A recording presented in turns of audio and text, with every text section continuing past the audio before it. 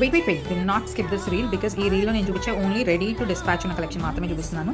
ఈ సేమ్ శారీస్ చాలామంది ఎవరైతే స్టాక్ అయిపోయింది అని నేను చూపించిన రీల్లో ఒకే ఒక శారీ షోల్డర్ మీద వేస్తున్నాను, ఆ శారీ అయిపోతుంది అన్న వాళ్ళకి ఇదిగోండి ఇలాంటి ఇంకా మంచి కలర్స్ ఇన్ స్టాక్ అవైలబుల్ ఉన్నాయి.